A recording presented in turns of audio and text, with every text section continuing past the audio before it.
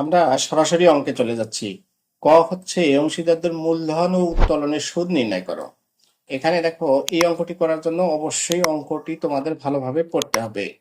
প্রথমে আমরা মূলধনের সুদ নির্ণয় করব। এখানে তিনজন অংশীদার আছে। এই তিনজন অংশীদারের প্রথম জন অংশীদারের নাম হচ্ছে রাম।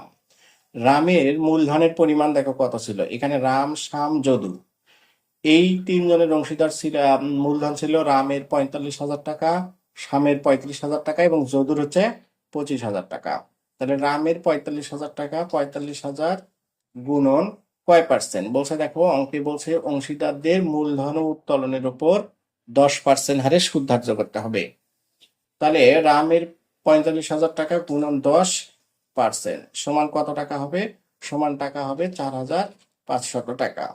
অনুরূপভাবে শ্যামের মূলধনের পরিমাণ ছিল 35,000 টাকা। তাহলে শ্যাম 35,000 গুণন 10% সমান হবে 3,500 টাকা। এরপরে আছে কার? এরপরে আছে যদু। যদুর মূলধনের পরিমাণ হচ্ছে আমাদের 25,000 টাকা। তাহলে 25,000 গুণন 10% সমান 2,500 টাকা। এটি হলো তাদের মূলধনের সুদের পরিমাণ। এখন আমরা কি করব? এখন আমরা বের করব উত্তোলনের সুদের পরিমাণ। তাহলে উত্তোলনের সুদের পরিমাণ লিখবো আমরা, যে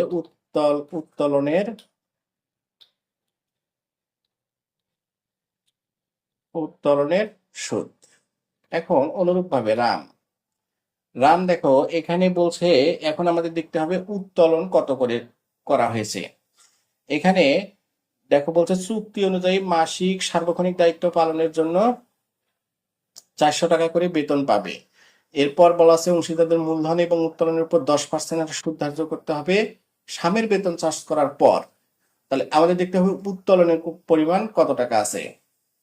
এখানে উত্তোলনের পরিমাণ দেখো, 1 জানুয়ারি তারিখে তাদের মূলধন ছিল যথাক্রমে 45,000, 35,000 এবং 25,000 টাকা। বছরের মাঝামাঝি সময়ে ব্যবসায় 10,000 টাকা অতিরিক্ত মূলধন সরবরাহ করে এবং উত্তোলনের সুদে এবং বলছে কি, একই তারিখে কারবারের শ্যাম 10,000 টাকা ঋণ স্বরূপ আনয়ন করে। এখানে অংশীদারগণ প্রত্যেকেই ব্যবসা হতে প্রত্যেক মাসের শেষ তারিখে, এখানে দেখো এখানে এটি একটি গুরুত্বপূর্ণ বিষয়, প্রত্যেক মাসের শেষ তারিখে 500 টাকা করে নগদ উত্তোলন করে। অংশীদারি ব্যবসায়ের এই শেষ তারিখে থাকলে কি হবে সেটি আমরা দেখব। তাহলে 500 টাকা করে উত্তোলন করে। 500 গুণন কয় পার্সেন্ট? 10%।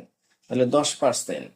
এরপরে যেটা হবে সেটা হবে, যদি অংশীদারগণ প্রতি মাসে শেষ তারিখে উত্তোলন করে তাহলে আমরা গুণন করব, গুণন 5.5 অর্থাৎ 5.5 মাসের 5.5 মাসের উত্তোলন ধরতে হবে।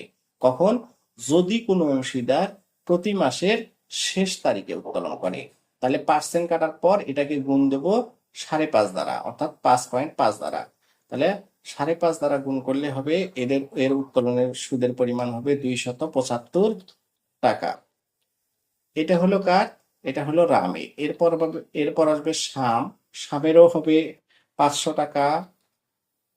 যেহেতু একই পরিমাণ টাকা, দেখো এখানে খুব সহজ কিন্তু বিষয়টা, অংশীদারগণ প্রত্যেকেই ব্যবসা হতে প্রত্যেক মাসের শেষ তারিখে 500, তার মানে সকলেরই উত্তোলনের পরিমাণ হবে, যেহেতু একই পরিমাণ টাকা একই তারিখে উত্তোলন করে, সুতরাং শ্যামেরও উত্তোলনের সুদ হবে অত টাকা এবং যদুরও উত্তোলনের সুদের পরিমাণ হবে তত টাকায়। এটি হলো আমাদের ক অংশের সমাধান। এর পরের অংশে অর্থাৎ লাভ লোকসান আবন্টন হিসাব প্রস্তুত করো, এটি পরের ভিডিওতে আপলোড করা হয়েছে।